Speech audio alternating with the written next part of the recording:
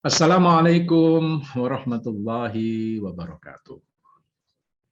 Episode kali ini saya akan menjawab pertanyaan yang datang dari Ibu Zakiyah Nurul dari Kabupaten Karanganyar, Jawa Tengah.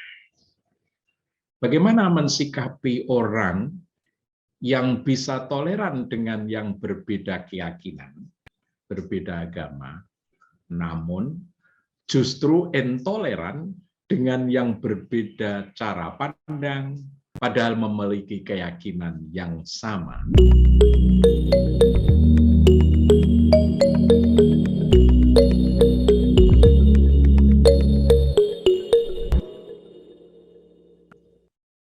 Wah, pertanyaan bagus sekali ini karena ini yang kita rasakan dari hari ke hari ya.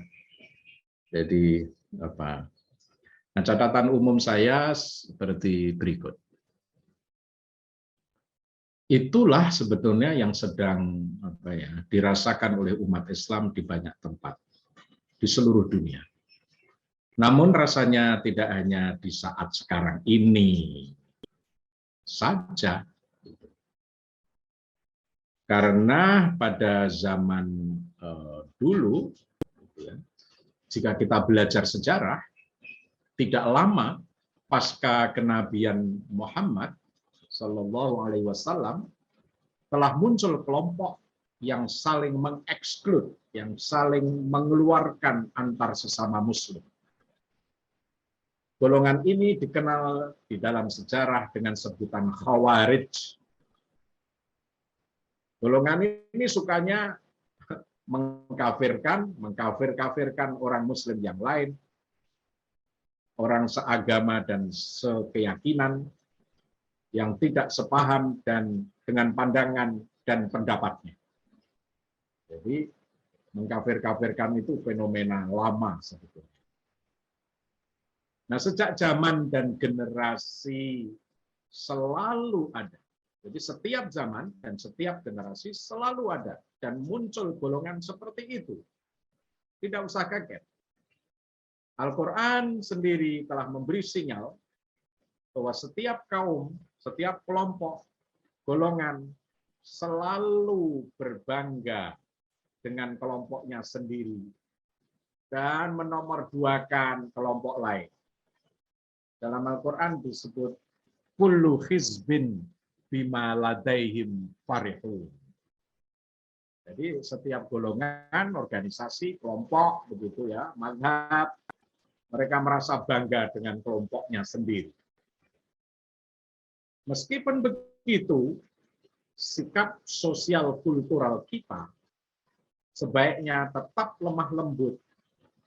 Kita yang hidup di dalam masyarakat multikultural seperti Indonesia ini, sebaiknya tetap lemah lembut, andap asor, etika Jawanya begitu, dan tidak keras.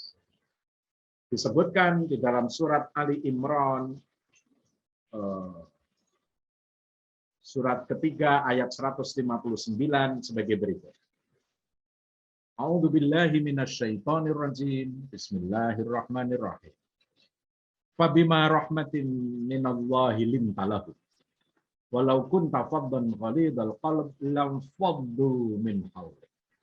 Fa'fu anhum wastaghfir lahum wasyawirhum fil amr. Wa idza azamta fatawakkal 'ala Allah. Innallaha yuhibbul mutawakkilin. Artinya kurang lebih sebagai berikut. Maka disebabkan rahmat dari Allah lah kamu berlaku lemah lembut terhadap mereka yang berbeda.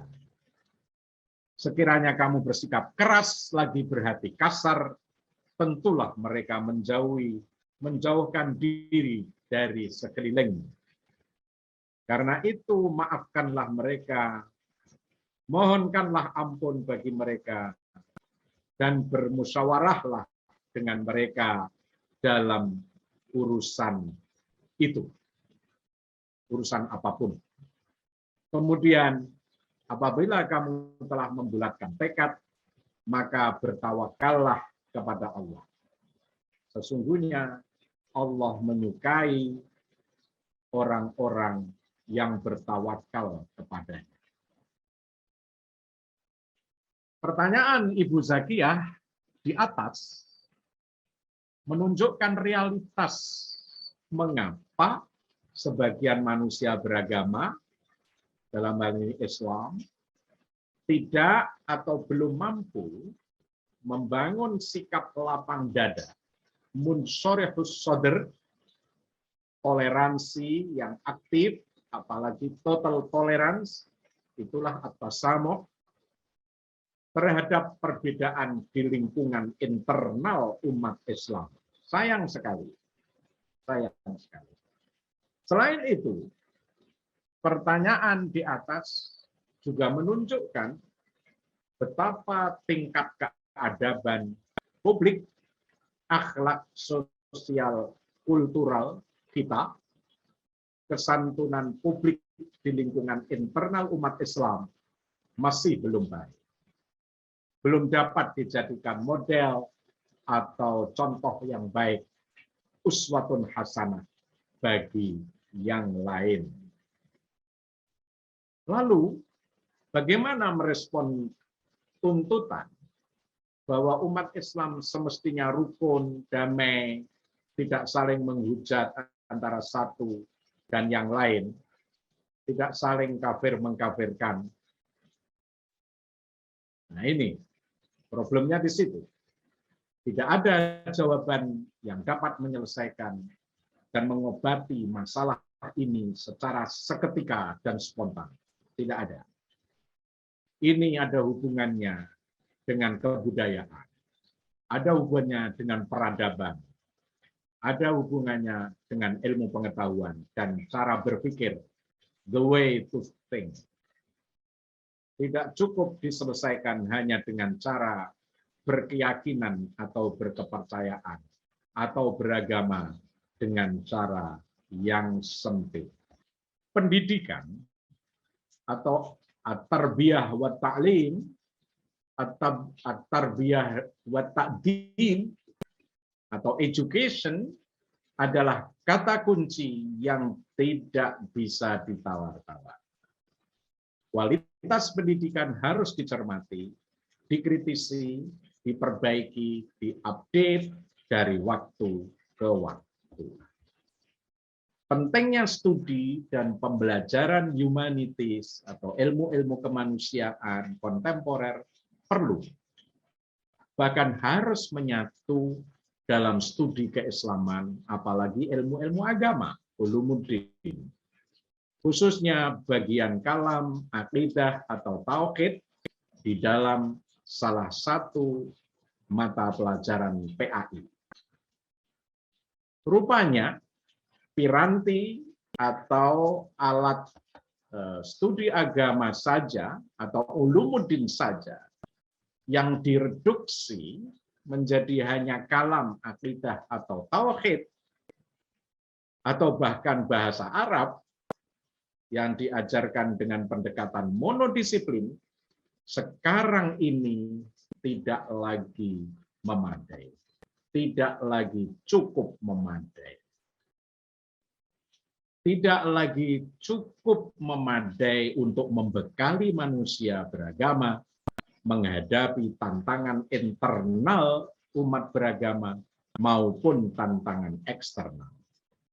Khususnya dalam lingkup kehidupan sosial keagamaan seperti yang ditanyakan dan dikeluhkan oleh Ibu di atas. Ukhuwah watoniyah, ukhuwah diniyah, dan ukhuwah insaniyah atau basyariyah sudah sering kita dengar. Tetapi bagaimana metode dan pendekatannya? Kalau ketiganya terpisah-pisah, terkompartementalisasi, maka tidak mungkin tercapai tujuan dan cita-cita ideal tersebut. Ketiga ukhuwah atau ketiga tali persaudaraan tersebut malah dapat bertabrakan antara satu dan yang lain. Ukhuwah diniyah, persaudaraan keagamaan, bisa diperhadap-hadapkan, bahkan oleh sebagian kalangan, bahkan dibenturkan dengan ukhuwah watoniyah atau persaudaraan kebangsaan. Dalam hubungan sosial, kultural, kemanusiaan, yang diperlukan adalah semacam tingkat pendidikan yang mampu mengantarkan warga negara berpikir tingkat tinggi, higher order of thinking skill, sehingga mampu melampaui sekat-sekat apapun yang selalu menghadang di hadapannya. Demikian, terima kasih.